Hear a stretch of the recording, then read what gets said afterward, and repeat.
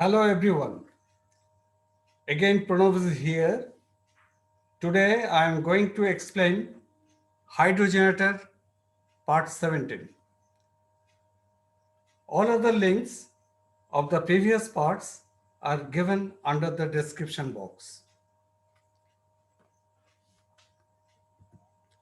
Let's start with excitation system.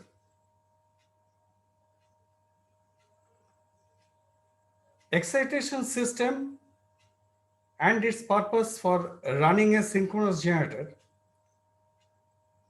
is a critical and important while generator is connected to its power system. Now, hydrogenator, when connected with the system network, has to deliver power with variable load pattern. As the system load demand varies continuously, so it affects the terminal voltage and frequency of the connected generators. The basic objective of the control strategy is to generate and deliver power continuously in an interconnected system as economically and reliably as possible while maintaining the voltage and frequency within permissible limits. Each hydroelectric unit is equipped with hydraulic turbine governor and excitation control. Hydraulic turbine governor has the ability to control the frequency, in turn speed of the turbine according to load variation. An excitation system, it has the purpose to control the reactive power requirement of the machine. The control of active and reactive power keeps the system in the steady state. Basic purpose of excitation system: to create and strengthen the magnetic field of the synchronous generator.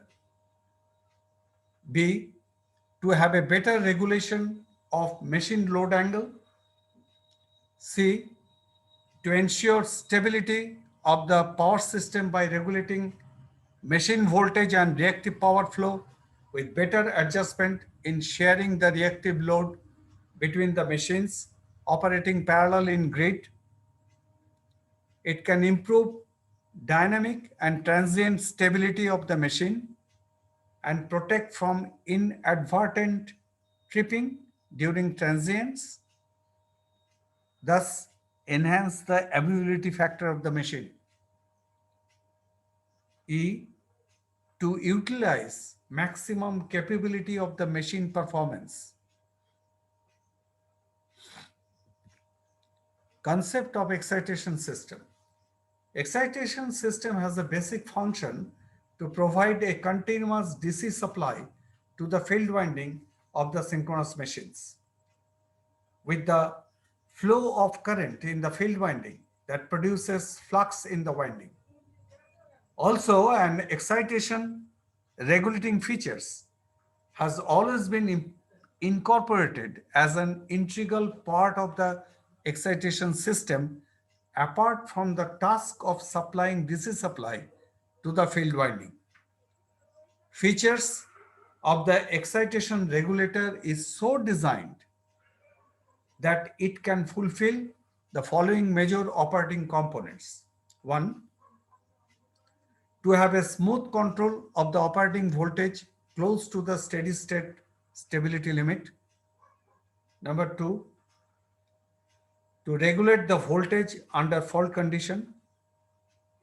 Number three, to facilitate reactive power load sharing between generators operating in parallel.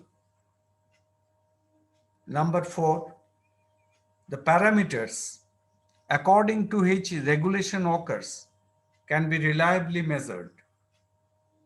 Well-designed excitation systems can provide high operating reliability, stability, with fast transient response. DC voltage, as produced by the excitation system, has force to flow DC current in the rotor field winding, which is nothing but a coil, and that creates a static magnetic field.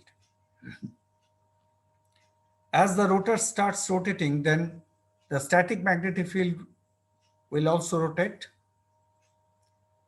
Since the rotor is confined by the stator armature, so the rotating magnetic field creates a varying magnetic field which cuts the stationary armature coils and induces electromotive force in the stationary armature coil, resulting a flow of AC currents in the stator windings of the synchronous machine.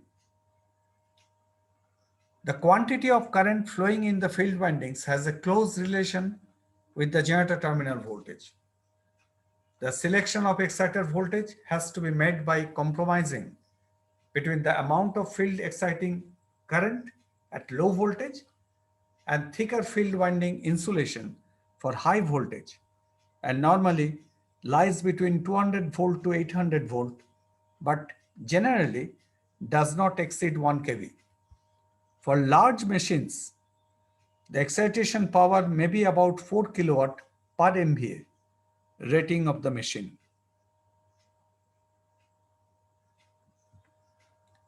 Since the rotor is rotating and the field winding is on the rotor, so some specific arrangement has to provide to supply DC power to its field circuits. Types of excitation system, there are two types. One is rotating excitation system, another is static excitation system. Now, rotating excitation system, one, supply of DC power from external source to rotor through slip rings and buses. Another one, number two, supply of DC power from AC generators equipped with rectifiers, that is AC brushless exciter. Static excitation system. One, independent excitation, that is independent source by using transformer. Another one, dependent excitation system, that is response directly from the generator terminals.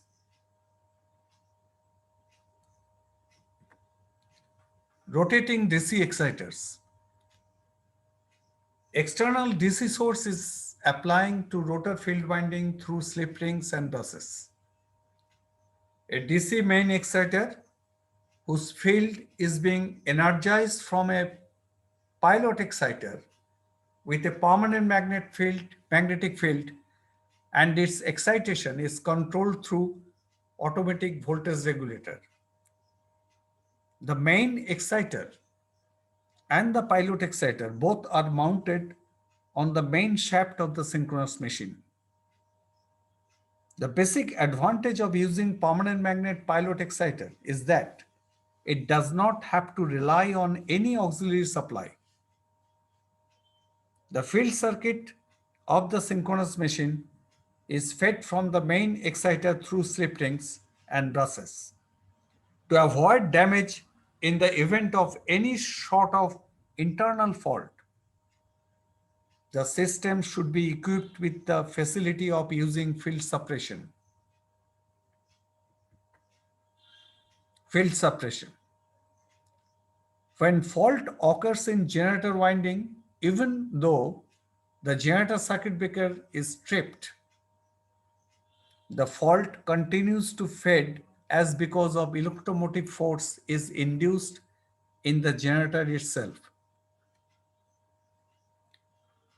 Hence, the field circuit breaker is opened and the stored energy in the field winding, which is highly inductive, is to be dissipated through the field discharge resistor connected across the field winding. This method is known as field suppression method. Slip rings are usually made of phosphor bronze and consist of stationary graphite or metal contact brush which rub on the outside diameter of a rotating metal rings.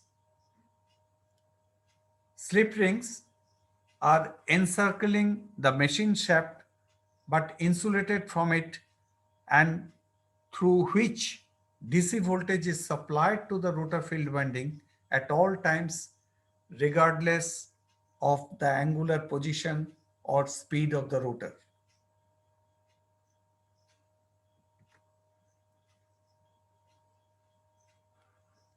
Important points to be noted. Regular observation and checking of brushes should have to be carried out, as there is a constant occurrence of wear out problem. Number two, moreover, it has become a maintenance prone system. Three, brush voltage drop is also an additional problem to have a significant power losses on machines with larger field currents. However, for low rating synchronous machines, such system is rather much cost effective. A single line diagram of a DC rotating exciter. We have shown excitation transformer, that is power potential transformer, delta star or star delta, AC contactor, field flashing, power rectifier unit with IGBT facilities, etc.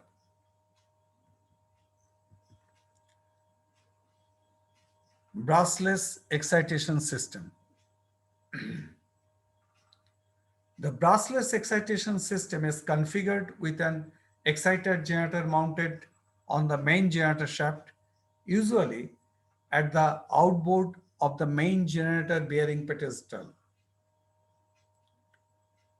This exciter generator is typically comprised of a small AC generator with its field circuit mounted on the stator, that is stationary, and its armature circuit mounted on the rotor. A three-phase rectifier circuit is also mounted on the shaft of the main generator and is attached to one side of the exciter rotor. The three-phase output of the exciter generator is thereby rectified to direct current and fed into the main generator field circuit.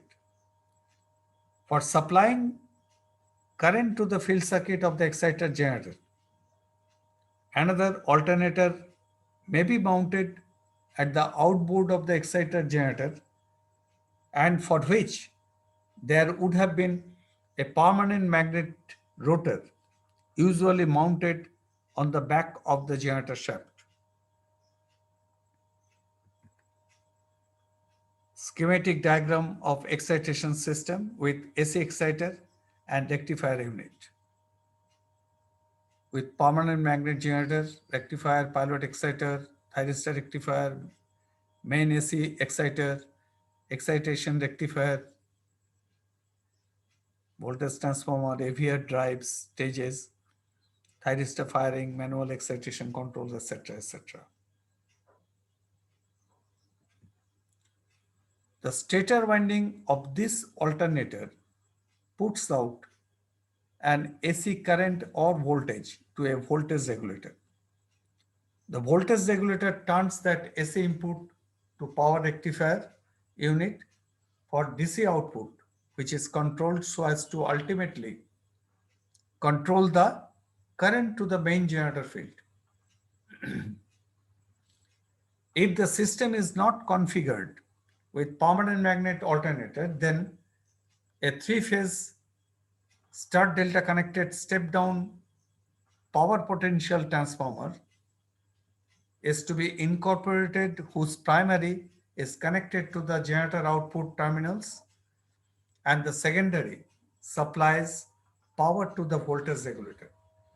Since the voltage source is not available When the main generator is being started, a battery bank is usually used to flashing the exciter field circuit for restoring the residual magnetism in the generator exciter field until the generator voltage has built up to a near rated voltage condition, usually about 65% to 75% of rated voltage.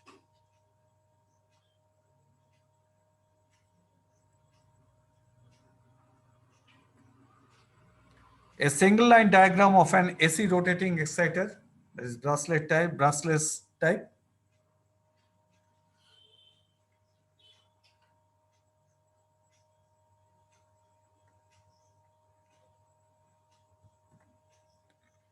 Note, in both the diagram, IGBT type of rectifiers are used. IGBT stands for insulated gate bipolar transistor. It is a three-terminal powered semiconductor device primarily used as an electronic switch having with high efficiency and fast switching ability. The IGBT rectifier has an advantage to produce a sinusoidal input current with low harmonics at the input with unity power factor through most of the load range.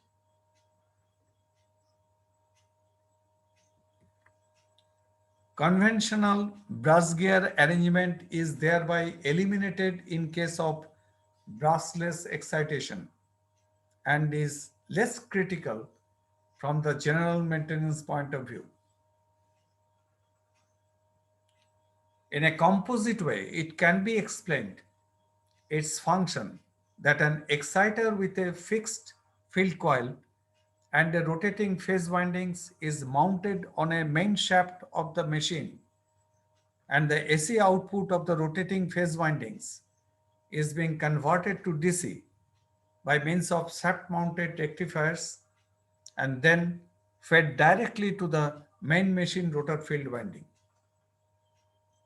Ideally, there have been a simplest mechanical arrangement is to be needed to install the rotating rectifier assembly on the shaft with maximum reliability. However, the machine has to made shutdown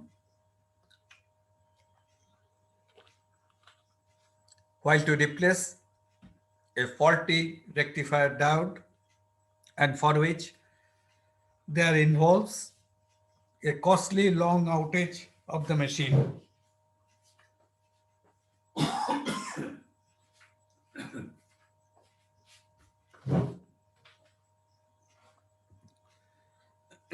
Let's discuss the most important one, that is static excitation system.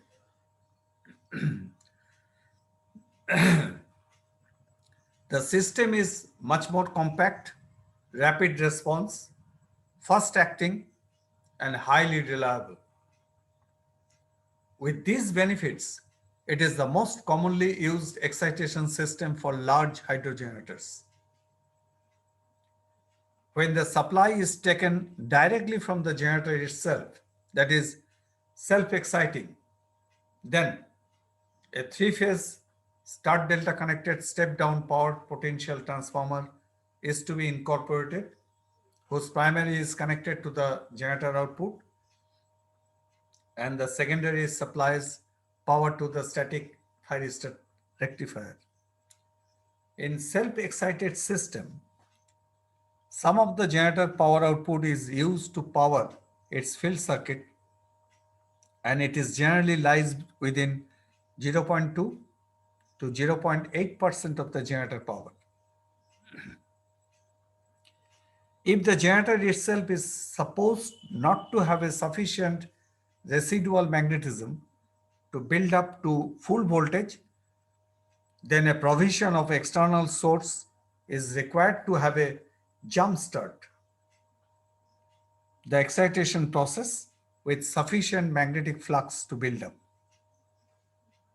External source, as that might have been from battery bank or through some rectified AC power, is meant to inject current to the rotor field circuit just for a very short time. So the process is termed as field flashing.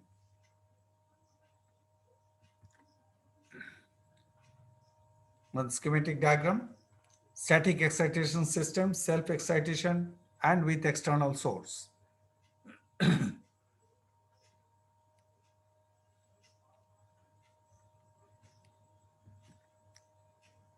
In this system, no pilot exciter is deployed, as the rectified output from static thyristor rectifier unit is directly fed to main field winding of the synchronous machine through slip rings. While AC input is directly taken from generator, then depending upon the speed of the generator, a field suppression unit is normally provided. In the full inverting bridge type, there are 6 numbers of thyristor connected in 3-phase full wave bridge arrangement, as it allows reverse DC voltage to be applied to the generator field. Then faster field suppression switching operation has to be incorporated in the system, through which thereby quickly suppress the generator terminal over voltage during any occurrence of full load rejection, that is loss of load, sudden loss of load. DC field flashing. Field flashing is simply a momentary application of a small DC supply to field windings in order to initially excite the generator field. If residual magnetism in generator exciter field is somehow lost due to have a shelf time or improper operational reasons, then field flashing circuit is used in startup process for evolving necessary restoration of the residual magnetism in the generator exciter field, which allows generator to build up voltage during startup.